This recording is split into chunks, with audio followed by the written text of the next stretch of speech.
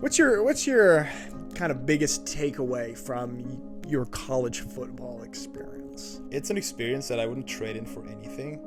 And there was so much hardship and pain and failure along with it. And at the end of the day, just knowing that you did reach your goal. Yeah. I mean, the goal for me was to play in the U.S., which I did. It's just that whenever I got to the U.S., it was like, okay, now I want to get to the next level. Yeah. But yeah, looking back, I did what I wanted to do.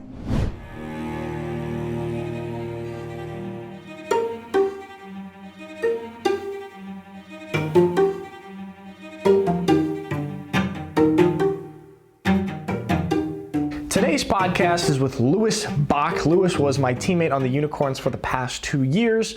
We played inside linebacker together. He played weak side, I played strong side. We played right next to each other and became good friends over the last couple of years.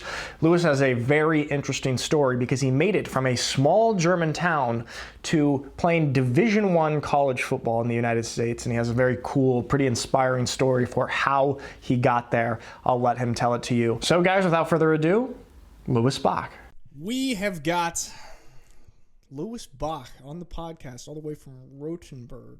And Rothenburg is like one of the most beautiful towns of all time. Were you born in Rothenburg? No, I was actually born in Barcelona. Really? Yep. Oh, yeah, you're half Spanish, right? That's right. The Yep. Spanish Bavarian. Okay. Did you live in Barcelona for a while then? Just a couple months until my mom was ready to come back to Germany. Do you speak Spanish? Sí, un poquito. You're like me with Italy, maybe. Maybe. Whenever I'm over there, Yep. I can get by. I can actually have conversations, but like on the spot, it's hard for me to think of stuff to talk about. Yeah, okay. You know? Yeah, I understand. All right, Lewis Bach, I'd like to talk to you a little bit about your football life. You have a bit of a unique experience. I believe you started playing football in Germany, and then you went and played college football in the United States. So walk me through your football career. When did you start, and how did you end up playing in college? All right, so I started in 2006. Okay. We had a pretty good flag football team in Rothenburg. Okay, you started in Rothenburg. What age were you? What's up? What age? I was 11. Okay, 2006. So you No, were born in 12. 90s. When 11, were you born? 12. 95? 94. 94. Yeah, I was like 11 or 12. I don't remember. 90s kids. Oh, yeah. Okay. And at the time, you couldn't play tackle football in Germany until you were, I think, 15. So that's why I started playing flag football up until basically high school. Then I switched over to tackle football. Enjoyed doing that, but never really had the dream of playing in the States. Yeah. It didn't come to me until I was 17, turning 18, where I was like, this sounds actually pretty cool. I kind of want to do this college football thing. Were you, like, to be able to play in the States, coming from Germany, you have to be a pretty damn good player. Did you feel like you were standing out in youth football? Like, you must have been one of the best, right? Yeah, so that's why it didn't come to me until, like, the end of my youth career. Okay. When I got into the German national team, or the youth national team, where now you knew for a fact you were one of the top players in the country. Yeah. And for me back then, that was kind of like the standard. If you want to play in the States, you got to at least be on the national team. Okay. So you got to get that accomplished first, and then you can think about moving over. And the process of getting recruited, tough one. Like, I mean, the process of getting recruited to colleges in the States when you play high school football is different. Right, yeah. So to be doing that from a small town in Germany, and not only that, you first went to a big-time Division I school, University of Wyoming. What is it, Mountain West Conference? Yeah, it's like Mountain West. One of the best quarterbacks in the NFL, Josh Allen, went there. Happened to be there, yeah. Happened to be there. Okay, so how the hell did you get recruited from Rothenburg to Wyoming? A lot of initiative. So basically, talking about Wyoming, obviously I knew Mark and Eric Nazacha because they were from a village around Rothenburg. For those who don't know, explain to who they are. So Mark and Eric Nazacha, they are two Germans that happen to play big-time Division I football, and both got a shot to play in the NFL. Both of them stayed in the NFL for multiple years. Really great athletes, good guys. And they played like through the Franken Knights, the Rothenburg team, right? Right, yeah. So we were playing on the same club football team for a while. Okay. Yeah. Side note, Mark and my brother were teammates of the 49ers. Mark was on the active roster. My brother was on the practice squad, teammates. Small world. Yeah, small world. Yeah. Okay. So I kind of saw what they did to get over there. Making a highlight video, making an athletic highlight video, so kind of showing off your measurables, how tall, strong, fast. So basically doing all the stuff you do at the NFL Combine, just, on some grass field in Germany with no audience and a tripod and a camera. Okay. So I did all that, had a good highlight video, that athletic tape, had some more information about like myself and my journey. Wrote out a 3-4 paragraph email stating my goals, my intentions, why I want to do this, and then went on just about every Division I homepage, like team homepage. Yep. I think on just about every Division II homepage. Looked up any coach I could find, any email address I could find, and literally send out like 700 or 800 emails to coaches. Damn, dude. I did not know that this is how you got to college football. Yeah. Because I'm thinking now from you know how it is now, it's a little bit more, there's like more established pathways. Like they have like programs for German guys to get over there and like meet coaches. And so you're doing this all before. You're doing this. Yeah, that was the old school way. Yeah, the old school way. Damn. Okay, so you sent out these emails, blind, no connection. No connection whatsoever. And then what? Wyoming responded and said, "Hey, here." Actually, they didn't. Okay. Well, they did, but not in a positive way. Really? So basically, I just got shut down by Wyoming. So what they said, just like, nah, no thanks, or. Yeah, it was something along the lines of, if I'm not there, they don't know me, they don't have enough information on me as a person, which is, it's fair. That's actually, because I did the same thing, sort of trying to get recruited, sent a bunch of emails, and most of the colleges never even responded. So the fact that they actually responded is kind of, I don't know, something. Yeah, but at the same time, not a lot of colleges responded. Yeah. So what would you say out of those 700 or 800? How many did you get responses from? Maybe like 30. Okay. Wow. All right. And most of them were Division II. Okay. Basically, the one school that got back to me that I was kind of excited about was North Dakota State. Yeah. They're legit. Obviously, legit program. And what they told me was kind of the same thing as Wyoming, that they don't know enough about me, but they invited me to one of their summer camps. Okay. And so I was talking to my dad about it, and we were like, you know what? Why not? We'll go over there and make a little road trip out of it, go on vacation, and you're going to do that camp and see what happens. And to make our trip more efficient, I was just Googling what other camps in the area there are. Yeah. Efficiency. Yep. What other camps I could attend at the same time frame. Okay. And Wyoming happened to be one of them. And for those who don't know, Wyoming and North Dakota State aren't technically that close to each other. Yeah. It was like a 14-hour drive, I think. So you're coming from the German perspective, it's in the same area of the country. It's of a huge country. Okay. Yeah. So, signed up for that Wyoming camp. I think the coaching staff had changed since the time I sent the email. Okay. And they obviously didn't know anything about me. Yeah. I just showed up there literally just as another kid. Yeah. Nobody knew. Yeah. And the Wyoming camp was first when I got there. So first Wyoming, then North Dakota State. And Mark obviously knew I was coming. I messaged him. He gave me a campus tour the day before the camp, just kind of showing me around. And then the camp started off with a combine type thing. Okay. So just 40-yard dash, 20-yard shuttle, vertical, broad, all that stuff. And after that first day of camp, the coaches went up to me and asked me if I could go do some more sessions throughout the next couple days. Really? Yeah, because they had the open camp, and then they had the recruiting camp where they just it's an invitational camp. Okay. Yeah. So they asked me to participate in the invite camp as well. And this is obviously because you performed well at the open camp? Yeah. Okay. Yep. So yeah, it was basically for 3 days just running around all day long because I had to do double shifts basically, doing the open camp and the invite camp. Yeah, damn. And by the end of it, they had obviously talked to Mark and some other German guys that were over there.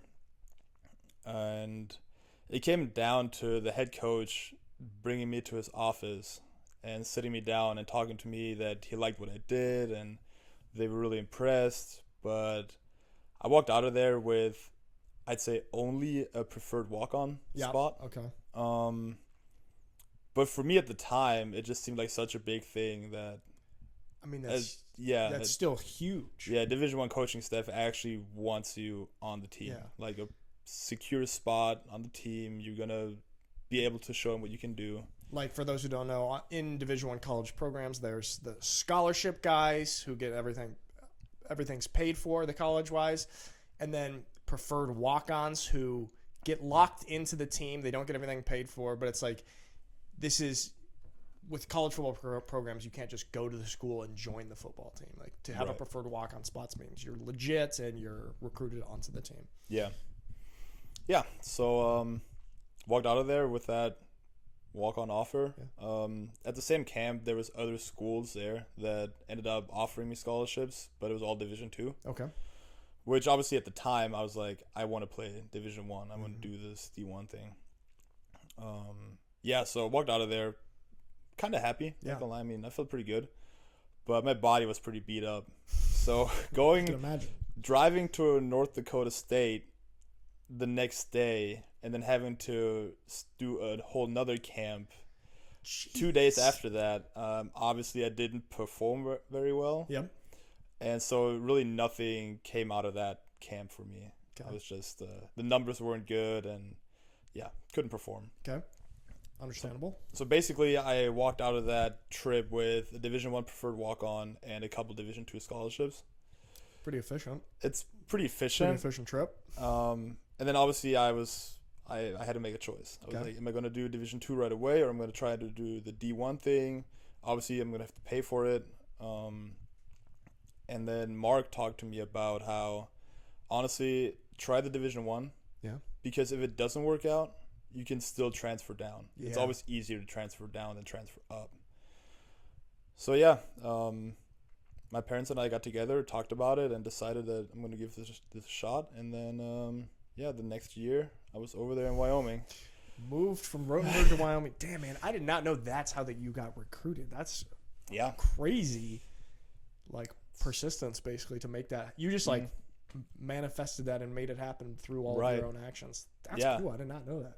Okay. Which I'm pretty proud of it, not gonna lie. That yeah, dude, that's I had a goal in mind, and I just followed through with it. Yeah, that's cool because I don't know. So many people everybody has goals and everybody talks about their goals. But it feels like it's rare for people to follow through with something, especially when you're pursuing a goal that's quite difficult and it's not going to be just, rainbows and flowers trying to pursue it, and you're getting hit with adversity and coaches not responding to your emails. Like, fuck, is this even going to happen? So to actually do that is quite impressive, man.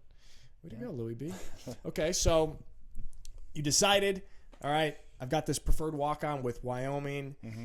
What is your mentality a few weeks or the time before moving to the United States? And besides that trip, have you been to the States? Is it going to be a totally new thing? Like, where's your head at? So I had been to the States before on a family vacation, but I've grown up around Americans my entire life just because of the military bases around.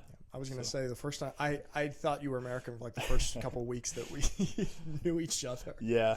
So I was pretty used to kind of the lifestyle and how Americans act and what they do. I mean, we used to go on like Halloween, like trick-or-treating when we were kids, and got invited to like Thanksgiving dinners. Okay. So it wasn't that new to me, but Wyoming was pretty new to me. Yeah. It's different. What would you say were, like, outside of football, what were the biggest shocks when you got to Wyoming? I think it's seeing teenagers or basically like any person in cowboy boots and cowboy hats just walking down the street. That's great. Okay. Because you see it in movies and you're like, this can't be real. Yeah. Well, you went to like one of the few places where that's Right. like legit how people casually dress. Okay. Right. Like Nice. you see like 15-year-olds here in Germany walk around with like Adidas sweatshirts or something, and they walk around in like button-up shirts and cowboy hats. It's so funny. You go Wyoming, represent. Yeah. Okay. How was it then once you got to campus and you're in that freshman fall camp, having previously played in German youth football and then a little bit of German national team football, and now you're in Division I fall camp? And for those who don't know, fall camp in college football. I can actually go a little back on that. I started in the spring. Oh, really? Yep. Oh, you did early enrollment. Early enrollment, yeah. Oh, shit. Okay. Well, So technically for me it was late enrollment because I was a year. Like it took me a year to kind of get that whole recruiting thing going. So okay. So then you come in the spring. yeah, I came in the spring. How was the initial experience? So you're doing spring ball then? Mm-hmm. Okay. Yep. So I got there like January 20th or something, and we started our winter conditioning and strength conditioning program in like February, I think. Yeah. Mm-hmm. And for those who don't know, the school or Wyoming itself is pretty high up in elevation. Yeah. It's, I think, 7,200 feet, which should be like 2,200 meters. Yeah, it's like 2,000 meters. Yeah. Okay, wow. It's basically like the I highest didn't know. point. Yeah. It's like the highest point in Germany. Wow. It's Yeah, like- because Germany's just got the pathetic Zugspitze is the highest mountain in Germany. It doesn't even cross 3,000 meters. So I got warned by a lot of people that it's going to be very tough to adjust, Yeah. which it was. Okay. My very first workout there was a 30-minute indie session, just like position drills. Yeah. I don't think we even wore helmets. I think it was just shirts and shorts. I was out in 10 minutes. Really? Yeah. Just because of the altitude and just how hard it was Yeah. to breathe and everything? Well, that and obviously like the intensity is a lot different. Like we were, I don't know, like maybe 12 linebackers or something, but you run through the drill fast. Just say, being like I did fall camp at sea level, and that shit is hard as hell. Yeah. And it's just like a shock from going from even high school to college. Right. So to have that, you've got like 3 levels of intensity. First, you're going from like young age to first year college football, plus you're coming from a different country, plus really high elevation. Yep. Okay. So 10 minutes and I was blacking out basically. So the trainers pulled me out of the drills. It did get better though. So you do adjust kind of quickly. Yep. But I feel like you never truly adjust. Yeah. I feel like even after a year, I was still getting winded pretty fast just because your body's not or never going to be used to it. I'm just like not made for that. Yeah. I grew up in that. Okay. Right. And was it a like outside of the altitude and just trying to adjust to that, just the football aspect, like the speed and the size of guys, was that just a crazy adjustment for you? Definitely. Yeah. Yeah. So even on the German national team, obviously you have the best of your country. Yep. But we were all still kind of undersized over here compared to what a lot of the D1 guys are like. Yeah. And then just to see I think the biggest difference was the strength and the speed. Yeah. Like in the weight room, you have guys that weigh like 180 pounds, but they squat like 500 pounds. Just like when I think back to college lifting programs and like how It gives me anxiety. Yeah, it's like how intense those are and how strong guys are, and like it's super impressive. That is a thing that we don't see as much over here with German football, is that crazy level. Yeah. Like we see it with individuals, but in terms of like broadly, like Right. most of the guys can squat 400 pounds and most of the guys can bench 315. Like for me, I think coming over there, my max was like 405 or something. Yeah. As a freshman. Yeah.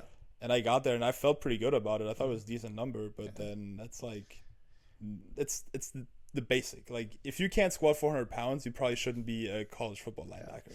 I also feel like for a program like Wyoming, you've got kind of like these blue collar programs, these dudes from out in the rural country who are just lifting all the time and just kind of country strong. I feel like that's like a whole nother level as well of just elite strength. So do you feel like you started to adapt then though and become more comfortable within the program and everything? Yeah.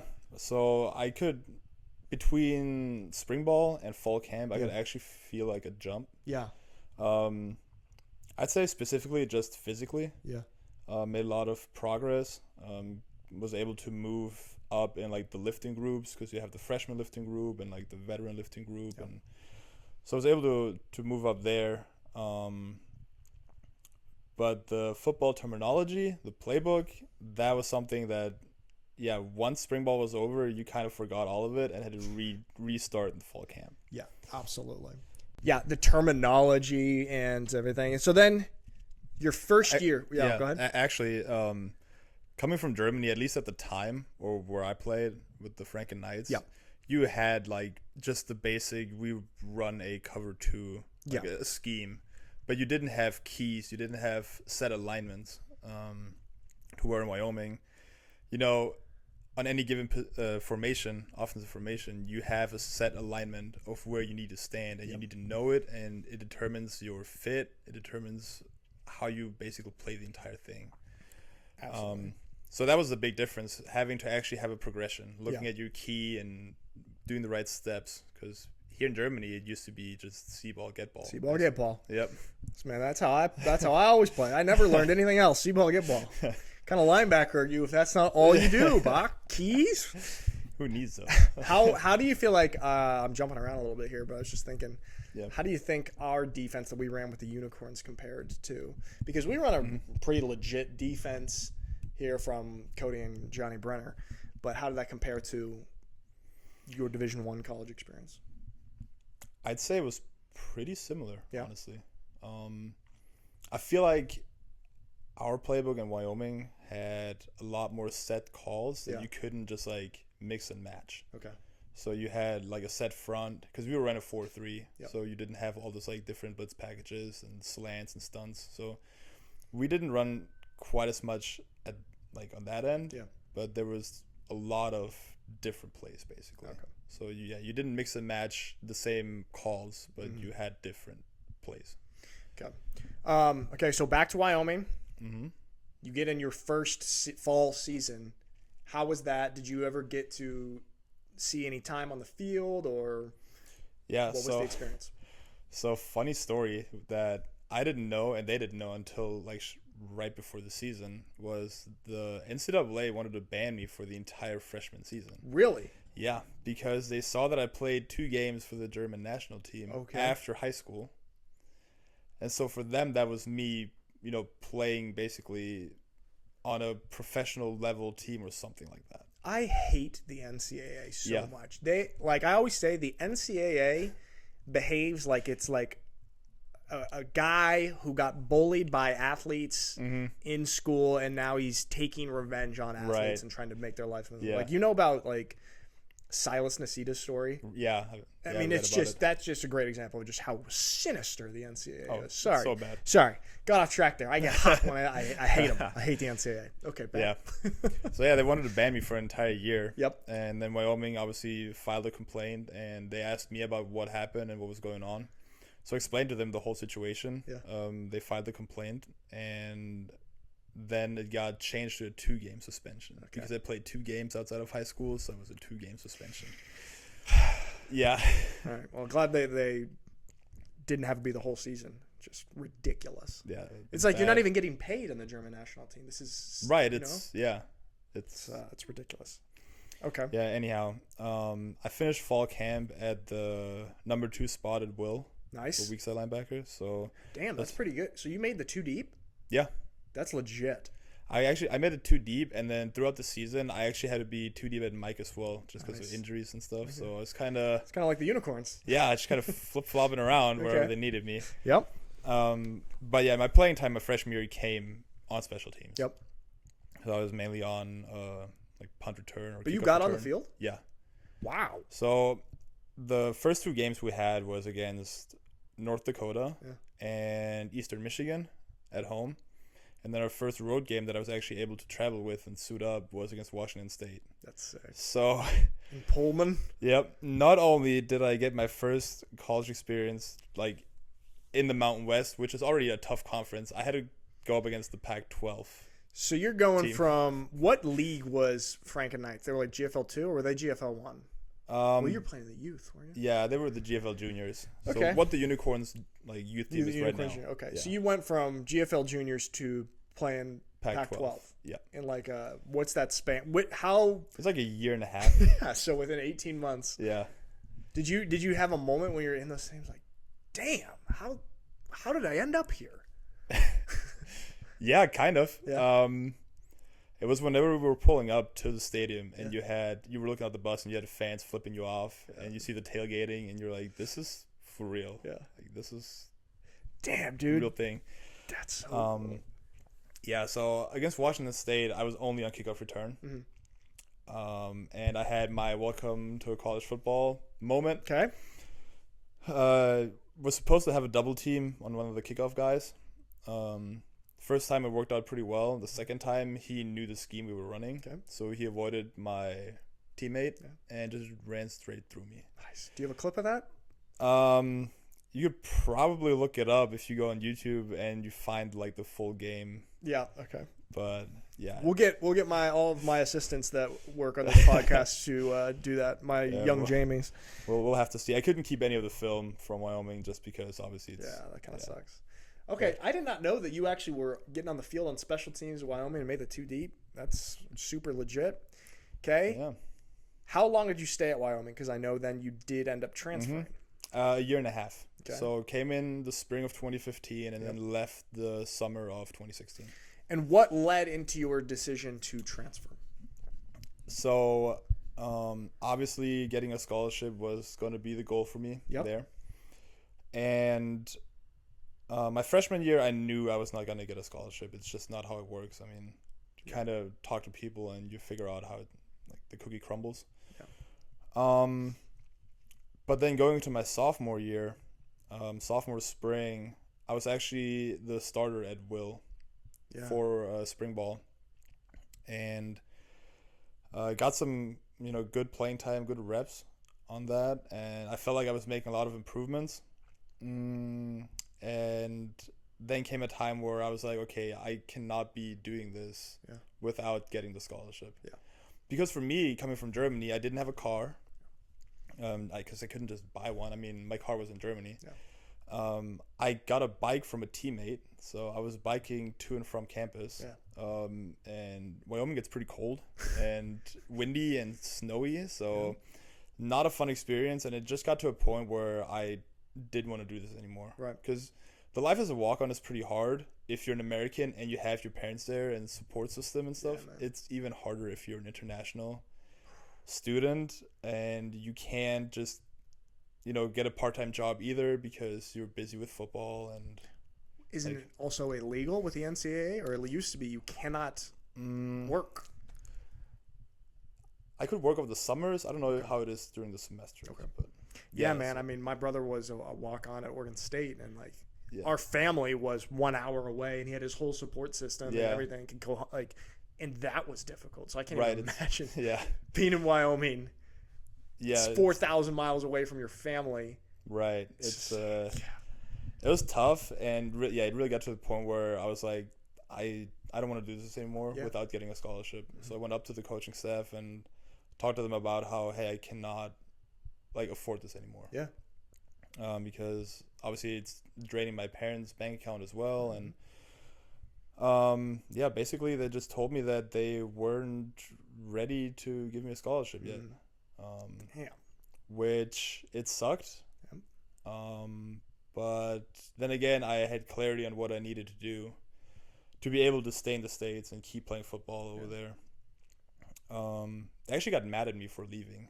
Really? That's man, I know. That pisses me off how these colleges will exploit kids and guilt kids and do all this stuff and not care about them or what's good for these individuals. Right. All they care and they'll lie and it's just I've seen it because not my experience. I had a phenomenal college experience, luckily, but with my brothers and how these programs treat people and just chew them up, spit them out, do not care about you. Right. And there's a great example of well, how could you go and do something that benefits you, not just stay here and sacrifice for us for no benefit? Right. Exactly.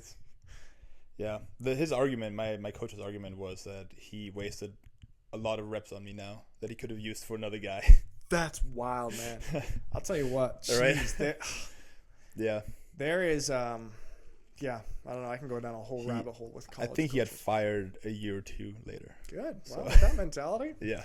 seems about right. Okay, so you got clarity. I like that kind of perspective that you said. Like, even though it kind of was shitty, you got clarity on what you needed to do and what you needed to pull the trigger for your next move. Right, because there's no point in me staying there and taking out loans or something and like kind of ruining my future by being in debt in a country that I didn't even know if I was going to be able to stay in. Yeah. Like I don't know how it would work, but if I have like 60 grand in debt and I move back to Germany, I don't know.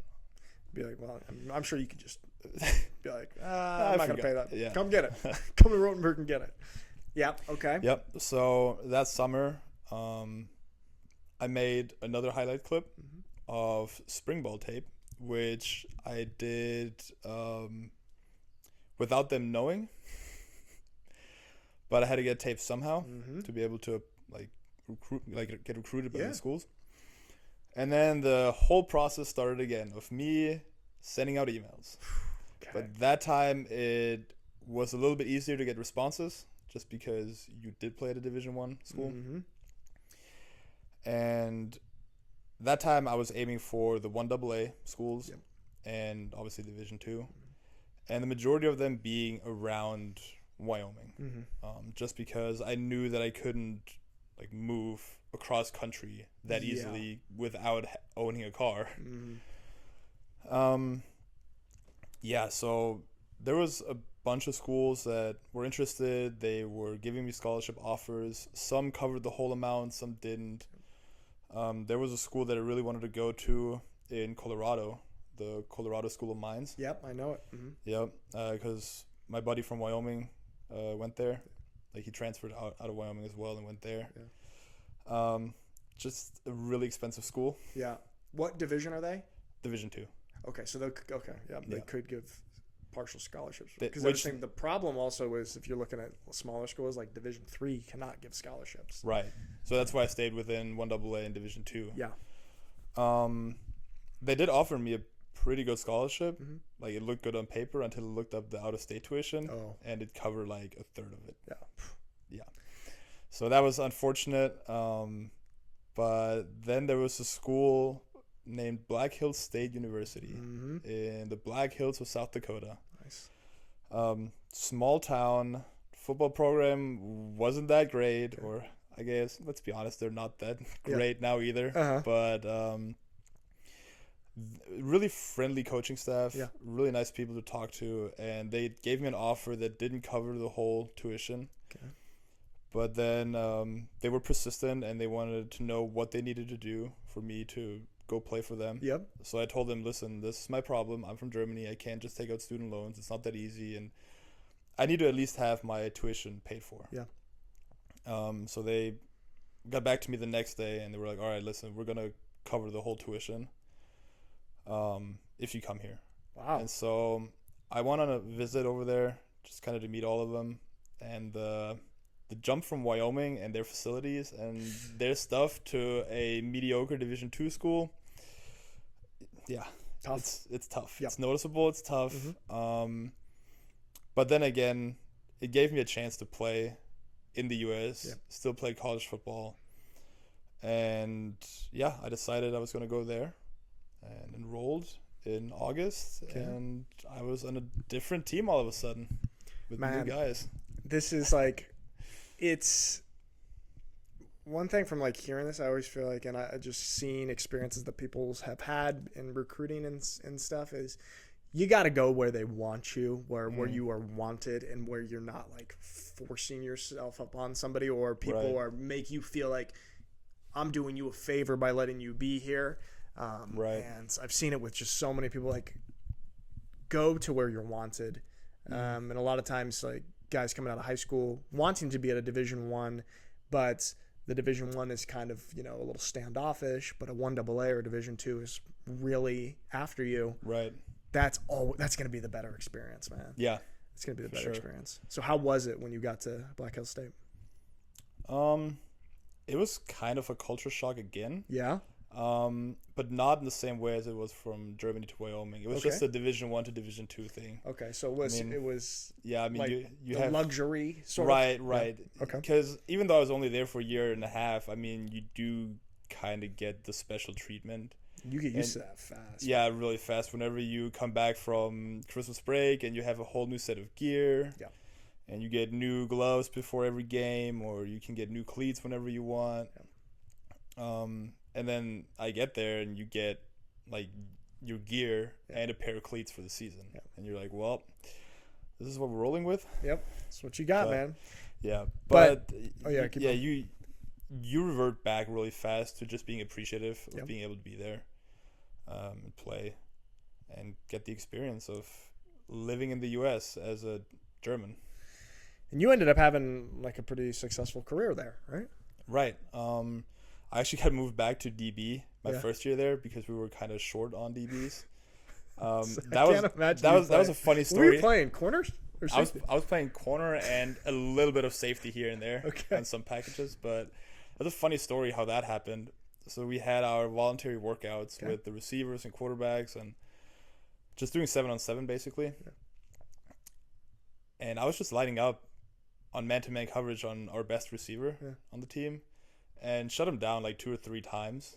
So the quarterback went up to the coaching staff and told them like, hey, listen, this guy can actually like run and cover. It's like a German guy. Put him at corner. And at the time, my first year there, we had, I think, 3 linebackers who were seniors and then 1 junior. So they didn't really want to sacrifice one of the senior players' spot if we had a need at a different position anyway. Right. So they asked me if I'd be okay with it playing corner, which surreal kind of thing about that. But you got on the field as a corner. I started. That's hilarious. I got to see some of this tape. This is sort of like similar. I mean, in my college experience, we had 2 really good inside linebackers who were seniors, and I was a sophomore, and I was performing well enough to be on the field, but we didn't want to boot one of these guys off, or I wasn't going to beat them out, so they put me at safety. And so I played DB. Yeah. It's just so I could be on the field as well. I played safety, which is a little less crazy than you playing corner. Yeah. Well, luckily we did play a lot of zone and a lot of cover 2 coverage. Yeah. I think I did rack up like 60 tackles that year. Legit. Just because in that cover 2 drop. Yeah. I mean, I was playing run first. Oh, yeah. That's so great. I was just coming off the edge unblocked most of the time. Linebacker's dream. Had, I think, 2 interceptions that year. But yeah, it was weird. I mean, it's Division 2, so the athletes aren't as great, but there's still some good receivers running around there and actually having to like line up against them. And, you know, you get burned here and there. There was some D2 All-Americans that I played against that, you know, did their fair share of damage on me. But sure. You live and you learn. But it was a fun experience because even years later, like my senior year, we were playing those teams. Some guys came up to me and were like, "Hey, were you that big corner?" Like, because then I played linebacker after that. But yeah, they came up to me and asked me if I was that guy. So nice, it made an impression. It made an impression. You were that big old corner. What's your kind of biggest takeaway from your college football experience? Perhaps a lesson that through this whole unique experience of being a German guy, you just forced yourself in to the college football world. Yeah. I think it goes like along the lines of don't take stuff for granted. Yeah. My senior year, I tore up my knee pretty bad, which cut my college career short 6 games. And I think there's so many times that you want to quit or you think about quitting, but if you just keep going, it's going to be worth it eventually. And the end result's never going to be the one that you aspire, that you like were dreaming of. Because for me, it was like playing Division I football and, you know, hopefully making it to a pro day and getting to the NFL and all that stuff, which thinking about it now and knowing how good you have to be, it's like, I was delusional, but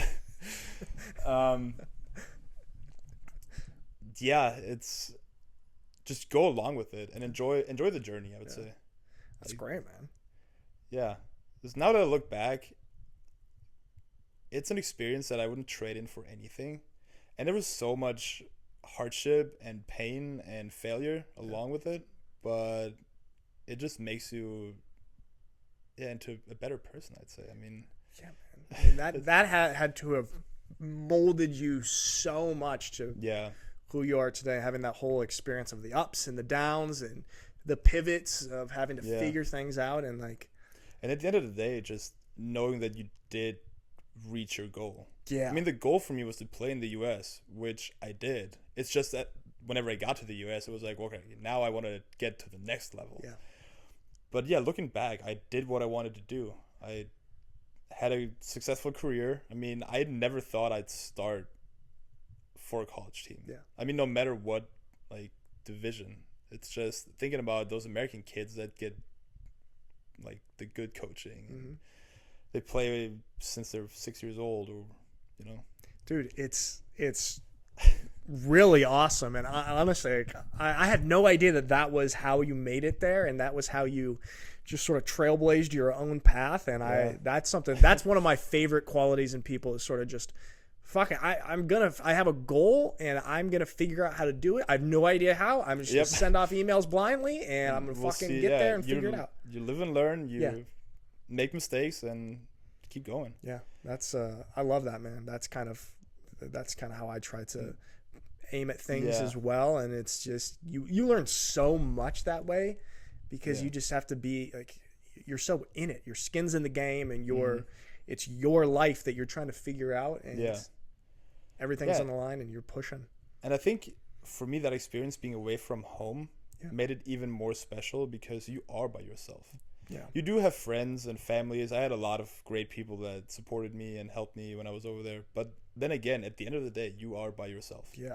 And you have a lot of time to think, a lot of time to make decisions on your own as a 20, 21-year-old that determine basically if you are living in a different continent or not. Yeah. And that's just makes it a whole lot more special, I think. That's awesome, man. I love that. Okay. Outside of football, I want to talk a little bit about your experience in the United States. Get a little bit of that culture shock or cultural experience. I thought that you got recruited via some what's the thing that the IPP? Yeah, IPP. No. You just got noticed by IPP. Whatever program. Mm-hmm. Yeah, actually, JoJo told me that if I would have been 2 years younger and been able to be in those programs, he believes that I would have been able to play at a bigger Division I school. Oh, absolutely. I mean, now there's way more paths and stuff, and and I think more colleges now have a little bit more idea or understanding of guys coming over from Europe, and they're more willing to let's take a shot on this German guy who maybe didn't have the same amount of coaching coming up, but he's got a lot of talent. Let's develop him for a year or two. Let's give him a scholarship. Let's develop him through our program. You didn't have that culture. Which that's a good point that you talk about the potential of guys. Yeah. I feel like here you have a lot of raw talent. Yes.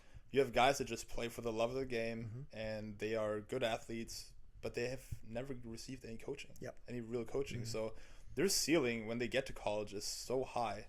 It either makes or breaks you too. Because if you just can't grasp the concept of how you run a real defense, a real offense, or something, then you're gonna get lost. Yeah. But if you do, you make strides really. Exactly. Fast. That's the thing that I think that the ceiling of guys coming over from Germany or Europe is so high. If you have a guy who's showing promise, despite not having those American structures growing up of football, and you're like, well, this guy's still in the mix with all these kids who have been playing since age 5 and have high school football. Let's take this guy. He could be a superstar, which I feel it's becoming more and more apparent for colleges and people in the U.S. now, because you got guys like Jacob Johnson or Moritz who came from Germany, and now people are understanding, they have good football in Germany and stuff. So I feel it's kind of like a snowball effect where you get a good guy, and then schools are like, well, maybe we should take a shot. And then they take a shot, and it's another good guy, and then more and more teams or coaches see that potential. Absolutely. Okay, going back to off the football field. culture. I mean, you went to what you would be like the most America of America, South Dakota and Wyoming. Yep.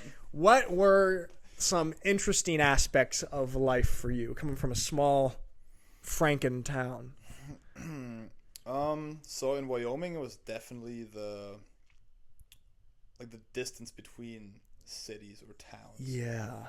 Just, I mean, you could drive hours without passing a town, not a single town. So that was really, really weird, because whenever I would go on road trips here in Germany, I would never think about, okay, where's the next gas station? Yeah. Like, how do I need to plan my trip? When do I need to get gas? Yeah. Over there, I was actually looking up on Google Maps what gas stations are within what radius, and when do I need to pull off and get gas, even though I may have a half tank left, just to make sure that you do not get stranded out there. That nowhere is a great point. I mean, you just don't have that experience in Germany. Germany is so dense, so even when you're in the rural areas, it's like, you know, maybe it's 20 minutes to the next town or stop or gas station. In Wyoming, I think Wyoming is the least populated state, right? And it's not a small state either. No. It's like large. Yeah, I think it's not as big as Germany, I think, but I think it gets close. Yeah, I feel like it would be like 70% of the size of Germany. Yeah, what do they have? 500,000 people? Something like that. Germany's got 83 million. What's that? So 160 times more people in Germany. You know, similar enough size. Yeah. So that place is not densely populated. Not at all. Okay. That's a great one, to just the shock of how far apart things are and having to think so far ahead of. Right. Because you're just going to be in remote areas. There's going to be nothing. Exactly. Nothing. I mean, you are on the road and you can look 360 degrees around you and you don't see a building in sight. Yeah. Nothing. It's crazy. There's so much land in America. It's crazy. Okay. What other stuff? Anything else? Riding in the back of a pickup truck.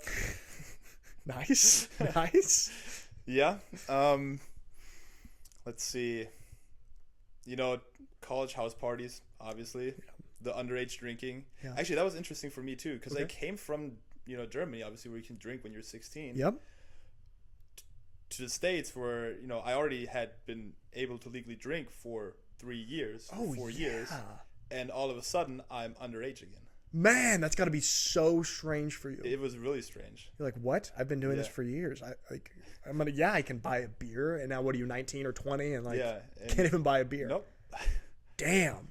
But it did give you like a kind of a thrill again, the teenage thrill of going to a house party, and, you know, somebody says the cops are going to show up and everybody busts out. And it was fun to have that experience. Yeah, it is. There's like some value in that, especially as a young person. Man, it is thrilling, and, you know, I look back to some of those as well. Oh, man, the cops are coming. I feel like does that not that doesn't happen probably in Germany when kids have house parties because everyone's allowed to be drinking, or does it? I mean, and I feel like the house parties you have in Germany are just not the same as ones. I mean, especially college house parties when you have a house filled with like 100, 200 people. Yeah. Yeah, it was surreal, kind of. And it felt like the movies. A lot of people ask me if it's like the movies, and yeah, I think it is. Yeah, I mean, especially with colleges like that where it is, so you've got, do they have frats there? Bullshit frats. Okay. Yeah, not real Greek life. Okay, but it's like, but it's, maybe you got some elements of like fratty parties or these type of house parties, basically. Yeah. Yeah, you had like the typical houses too for parties. So it was like, oh, we're gonna have a party on Garfield. You didn't even need to know like the real address. It was just party on Garfield. I love American college is so cool, man. I love American college. I do feel like that is hard to replicate. Like even. Well, my girlfriend is now, which she was getting her bachelor's in Austria, but, you know, it's European, and all Europeans are the same. Yep. But now she's getting her master's. But just talking to her about her college experience is so different. It's like, I don't know. I don't know if having the sports connected to it plays a role in that, or I don't know, some sort of community aspect where you're going to like everyone's like, yeah, we're all going to this college or this house party tonight, and or like different. Yeah, you see your like others like fellow students in the student section during a game, or they come to you after the game or in class, or you have a professor talking about the game, or it's definitely a community aspect that I really enjoyed too. kind of like the school spirit. Yeah. That was really fun to experience. It's a cool thing, man. That's Yeah. that's one thing I always say when I talk about like differences between America and Germany is school spirit, school sports. It adds an element, and it's cool to have that intertwined with your school. Yeah. It's a cool thing. I mean, I do still have a lot of Wyoming stuff hanging up in my apartment. That's Like, the thing. Yeah. I saw you were wearing a Wyoming thing the other day, and it's like, I asked Laura, she's like, I'm never gonna wear a University of Innsbruck sweatshirt. Like, I don't have that connection or identity to the school that you get in American college. Yeah, actually, the coolest thing I've gotten from Wyoming, or I guess from my college time, was the leather jacket. Yes, it's sick. Because I think in high school you can just buy it if you're on the team. Yeah. That's what I've heard. But at least in Wyoming, you didn't get it until you actually played, I think, a certain amount of snaps or downs or something. Yeah, you have to earn it. You have to become a letterman. Yeah, it's exactly. like you earn the letter, right? Yeah. Right. That's a cool thing. Yeah, so that was like the real, like, I'm really proud of that jacket. Just That's because, you know, I can say I did it. Yeah. It wasn't for long, but I did it. Yeah, you did it, man. You set out for your goal and you achieved the goal. Oh, that's bad. Okay, hold on. I got to switch batteries. Then, after you had this incredible experience in the United States, so overall, you were there for what, 4 or 5 years? 5.5. 5.5 years. Mm-hmm. What'd you study, by the way? Kinesiology. Oh, nice. Okay. Did you graduate? Yeah. Nice, man. College educated. Exercise of Science. Bachelor of Science. Nice. Yeah. As a scientist. How did it feel after you're living in the States for 5.5 years, coming back to Germany? Did you have any reverse culture shock? Walk me through this experience. Yeah. All right. Coming back. First of all, I wasn't very happy about it. Okay. Because I envisioned myself staying over there at least a little longer. Yeah. I wanted to work for a college football program. But then COVID obviously made it a little bit tougher. Yep. So coming back, I wouldn't say I was unhappy, but I was kind of bummed out. Yeah. Just knowing that coming back would be really hard. And then not knowing what was going to wait for me in Germany. Yeah. Because everything that I had built up for myself in terms of professionally or a reputation or connections, it was all in the US. Right. So I came back to a blank slate here. So the biggest shock was actually the language. Really? I had trouble speaking German. That's wild. So obviously I could come out and just say some stuff, but I would catch myself just about every conversation I had that I wanted to say stuff in English. Yeah. Especially if there was something quick I had to answer, it was always in English. When you were at college in Wyoming and South Dakota, how often did you come back? Did you come back for Christmas? Did you come back for summer break? I came back for Christmas usually, and then one summer break. Wow. But overall, I think I was in the States for 5.5 years. I came back to Germany for maybe a total of 14 weeks or something. Damn. Okay. Yeah. So you're full on integrated English. Yeah. And I mean, you're not speaking any German while you're there. No, the only German I would speak was with friends and family. Yeah, back home. Yeah, on phone or something. phone calls or something. And those didn't happen that often either, just because you were so busy. I mean, with your life and football and the time difference. Time difference too. Yeah. Time difference is very difficult. Yeah. Wow, that's so interesting. So speaking German was a little bit of a shock for you. Yeah, my brother or friends would correct me on my grammar too, because I would mess up the grammar. I would speak German, but with the English structure. That's how I do it, man. Yeah. It's good. It's a good combo. It works. A little Danglish. Yeah. English sentence structure is just beautiful and makes sense. I vote that we change German for the good, man. Yeah. You and me can be the representatives of this. How long did it take you to start to feel back in your German brain?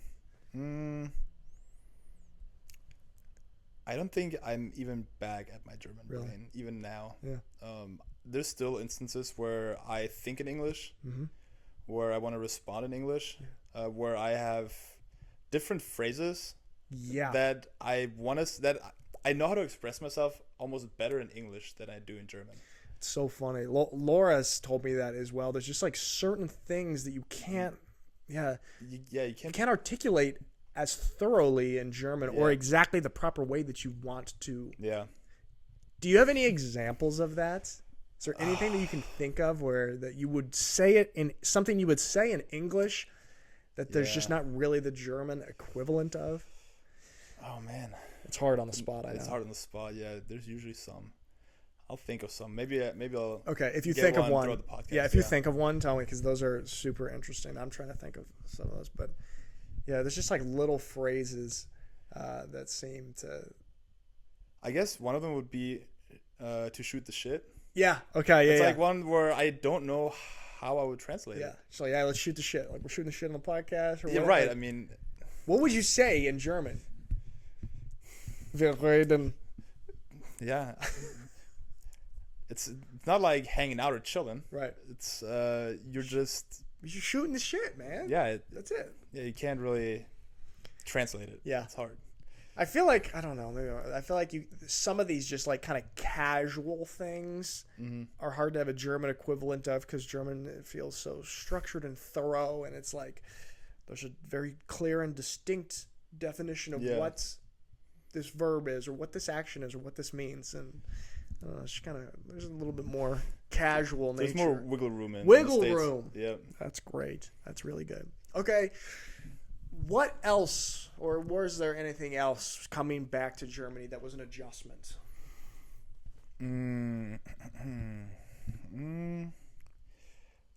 I guess not really, just because I knew life in Germany beforehand. Yeah. So I kind of, you kind of forget about it, but it's never completely gone. Yeah. So you know how obviously like you have to act around here.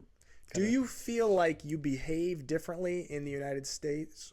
Or you're more American, or have different behavior in Germany and the United States? Does your personality switch at all?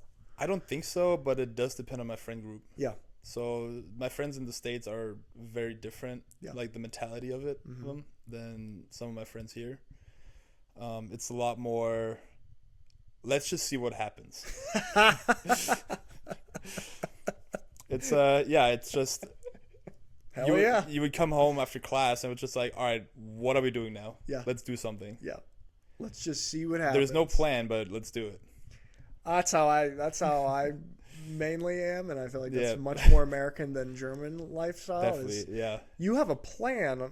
On Monday, you have a plan what you're going to do Thursday after class, or you're like much more structured and not really winging it, or let's just see what happens. Definitely winging it. Okay. But I do have that structure in me still. Yeah. So sometimes it was hard for me to kind of go along with what they wanted to do just because I was like, well, what's the plan here? Yeah. What are we doing? But I think it's just the friend group that kind of where I wouldn't say I switch up my personality, right? But it's just you have different interests or different similarities with like these friend groups. And so in the States, it was a lot easier for me to, just talk about college and the experience because they all had that experience. Right. Whereas I feel like a lot of friends I have here, we have like a deeper connection, I'd say, just because I've known them for longer. And Americans are known to have more shallow relationships in general. Yeah. Not to say that my American friends aren't shallow. We do have great friendships, and they have done so much for me. Yeah. I know that's what you mean, though. Yeah, I mean, a lot of the guys that I went to school with, a lot of my teammates, we aren't even keeping in touch anymore. Just because, I mean, there's like 3 guys from my time in the States that I'm actually really good friends with. Yeah. But everyone else, you just kind of, you're in their life and then you're out of their life. And that's just how it goes. Yeah. I guess it's one thing that I learned too over my 5 years over there. It's just that you meet people and you leave people, and that's just how it goes. I mean, a lot of people here, especially in the like smaller towns, are so used to having the same friend group all throughout their teenage years, and then they get jobs in the area and they have the same guys around their entire life. But doing that whole college thing or leaving the country, you kind of realize that people are not going to be there for you all the time. Yeah. That's so interesting, because I feel like that also with like in the United States in particular, more people are much more, it seems, apt to move away for college or to move away to a different city for a job. It's like, my family's from Oregon, from Portland. My brother went to college in San Francisco, and now he took a job in Chicago. So we moved to Indiana. Yep. It's like he didn't get a job back in Portland. He didn't get a job here, and I feel like this is much less common. Isn't Chicago in Illinois? I am.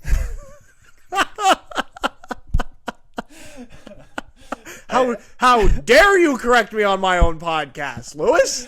I'm sorry, I just had to. I was like, what is going on? I'm not going to cut this out. Illinois. Sorry. That is so funny.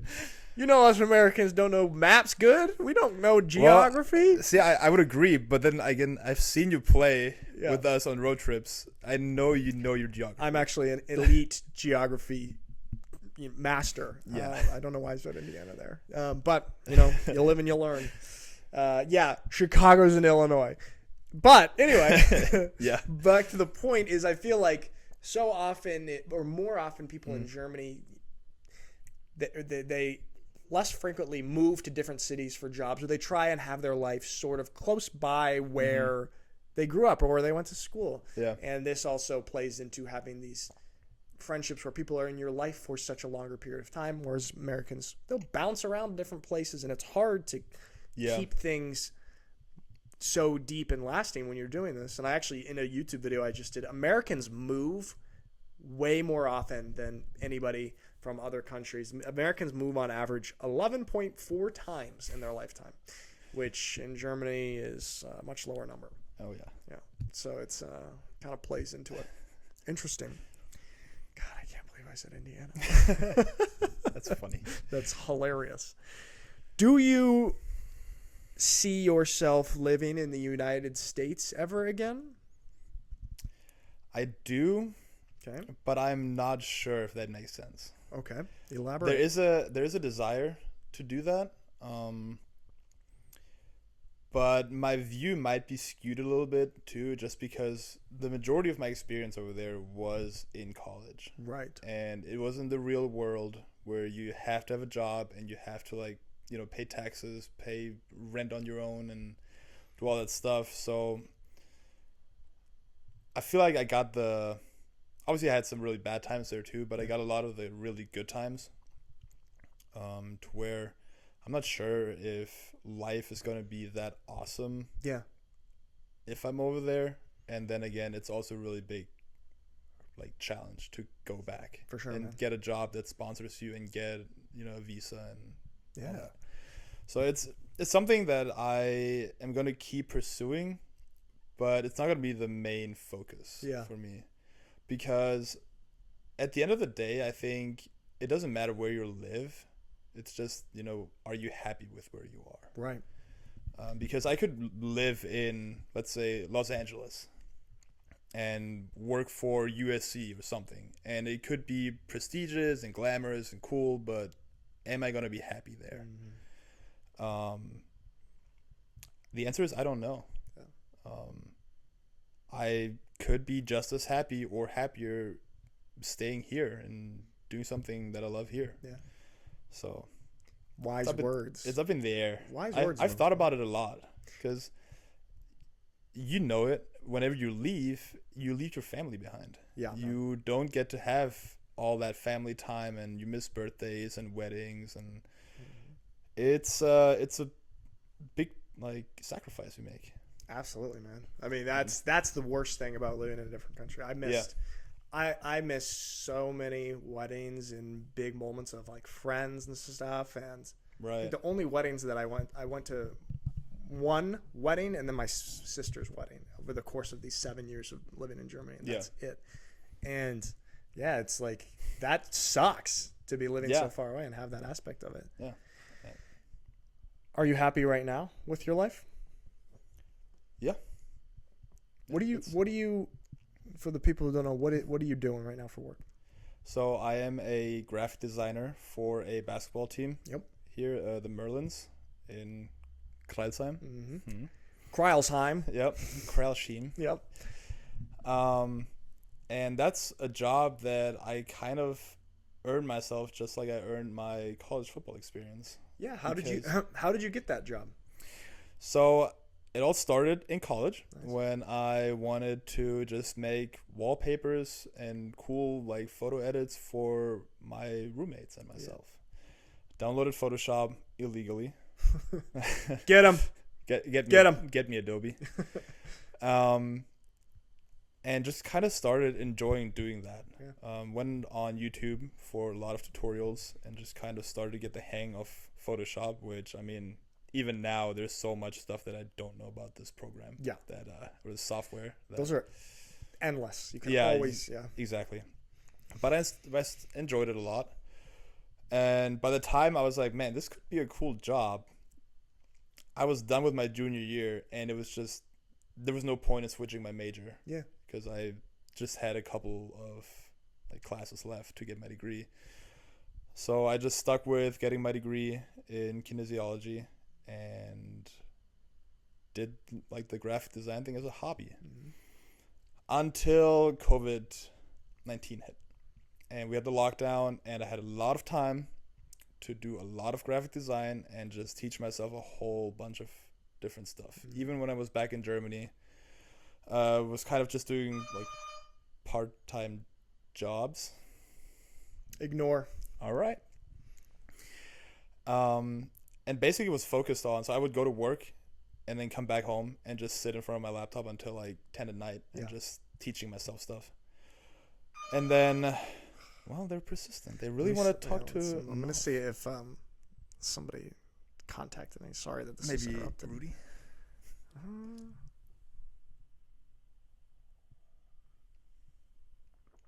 It's a Sunday, man.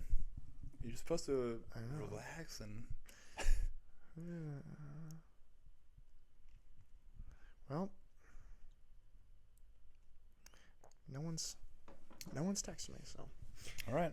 I get such paranoia when my doorbell rings because, like right now, like people knew where I lived in the old apartment, and they'd come, and like it was very uncomfortable, and like so now I'm protecting where I live and not showing my address. And I don't like when the door. Smart. Yeah. So. Okay. Oh yeah. So I spent about half a year like that in Germany, just working like different jobs and teaching myself graphic design until it came to playing for the Unicorns. Yeah. So Jordan actually wanted to get me a job at Fair Fitness. Okay. Because I had a kinesiology degree and it would make sense for me to work in a gym. He got me a job. It was all lined up. And then the second lockdown hit. Yeah. Obviously, gyms were closing, so that fell through.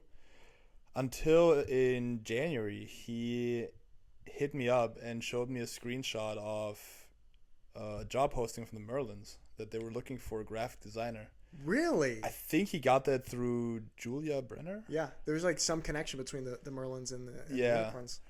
And he was like, hey, listen, we talked about this on your visit here, that you kind of want to do graphic design and, you know, would that be interesting to you?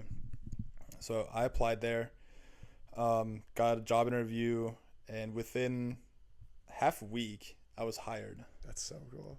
Which was really awesome. Again, just doing stuff that I like or that I love and making something out of it.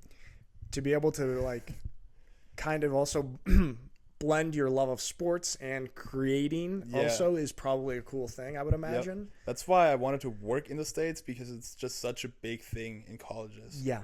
Like college recruiting lives off of social media exposure. Yep. So there's a lot more money. There's a bigger market for it than here. But yeah, having a team, a professional basketball team in the area that needed someone to like do graphic design for them was pretty lucky. Yeah, it worked out perfectly, man. Yeah. It's like there was just a whole like situation playing for the Unicorns, actually being able to move closer to Schwäbisch Hall. Yep.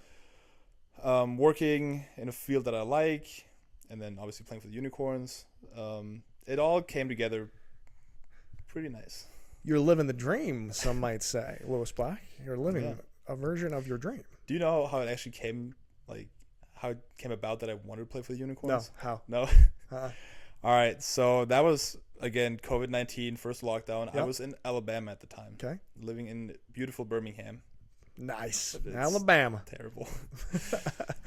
My roommate had left because he was from Mississippi, Yeah. and he just went back home. So I was in an apartment in Birmingham, Alabama, all by myself for 2 months, I think. Nice. What experience? You have a lot of time to play Call of Duty and watch YouTube videos. Hell yeah. And there was this guy that I stumbled upon who made YouTube videos.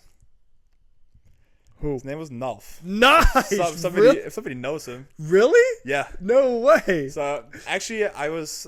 It came about because I first saw Connor Sullivan. Yep. I think. Mm-hmm. And He was big. yeah, He was big. and was watching his stuff for a little bit, but then obviously I got recommendations, and one of Nice. them was your channel, and so I started watching it, and I knew the Unicorns wanted me back in 2014 when Jordan tried to recruit me to Yeah. play for the Unicorns, and then obviously I knew JoJo very well, and yeah, I started watching these videos and like the German Bowl stuff and Let's go. just kind of the experience, and I was like, you know what, if I move back, it would be smart to like build a social network Yeah. through football, Mm-hmm. because that's how I'm terrible at making friends without football. Like, how do you make bro? how do you make friends without like a sport? I don't know. I've made one friend outside of football in my life. Yeah. Shout out Ben Horner. Yeah, and I started talking to JoJo at the time, telling him, hey, I was watching these videos, and you know, I'm actually thinking about playing again. My knee injury was kind of holding me back at first, Yeah. where I wasn't sure if I was able to play again. Yeah. When I was back, I talked to JoJo. He hooked me up with Jordan's contact info, I and love that. got together, and then one thing led to another, and all of a sudden 2 years later we are standing in Frankfurt on the field just playing a football game. That's so sick, man. Wow. Wow. So the Nelf YouTube channel, what a powerful entity, man. Do you remember what the first video that you saw was? I don't remember the first one. Okay. I think the one that stuck out to me the most was the German Bowl in Berlin, I think, Yep. that you guys won. Mm-hmm. That was it just looked so cool to get that experience.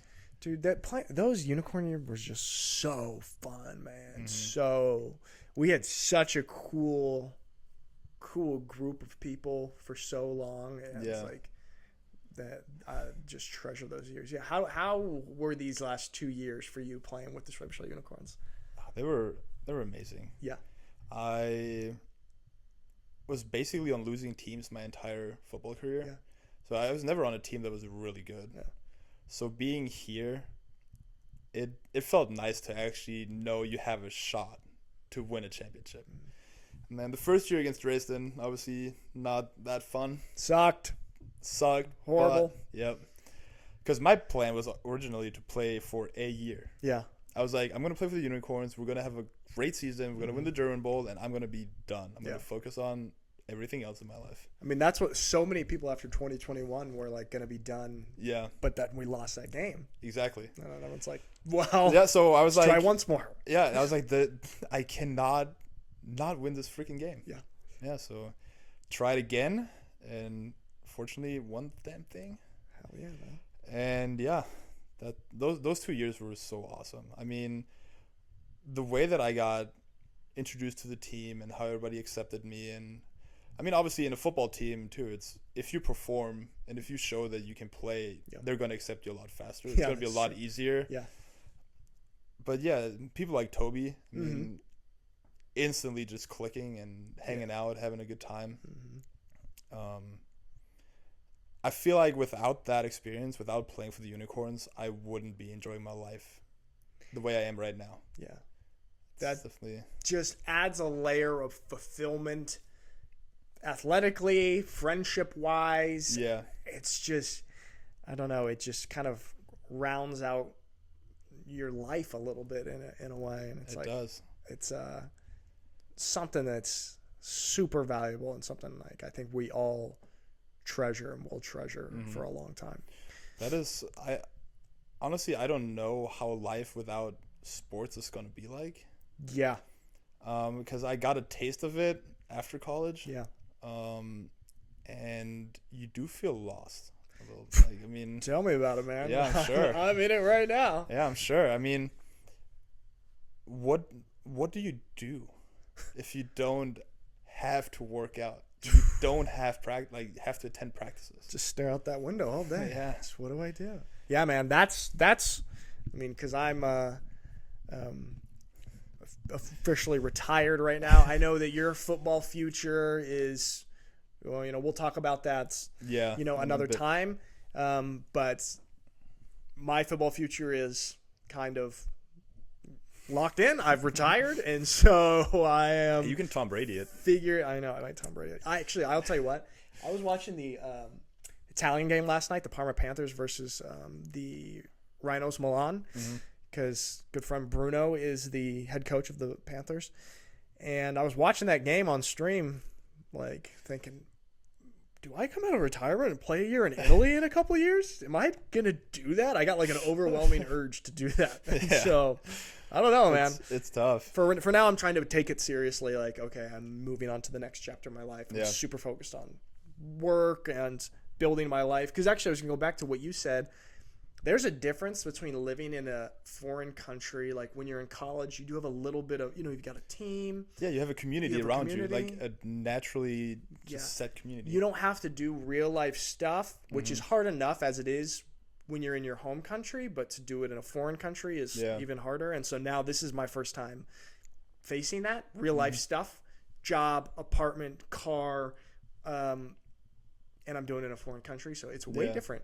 And it's just a large transition period, I would say. It's a transition. So And we'll see. I feel like, because that was the same way in college and it's the same way here on the football team, you have so much time that's already planned out for you on what you need to do. Yep, exactly. I mean, if I would have a summer off here, it's really nice probably to have a summer off, but then again, you need to make plans. There's no, I'm not gonna have to think about plans because I'm gonna play on Saturday or Sunday anyway. I mean, I can't make plans. Yeah. So whenever you have that time, you need to, make a plan, which it seems odd. Yeah.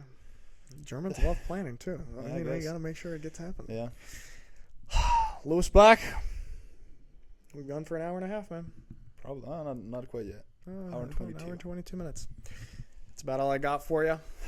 Appreciate you coming on the podcast, man. Thanks It for was having really me. cool to hear that story. I had no idea, so it was awesome. Yeah, I keep it on a down low, kind of. Yeah, well now it might get 1,000 views now. I know.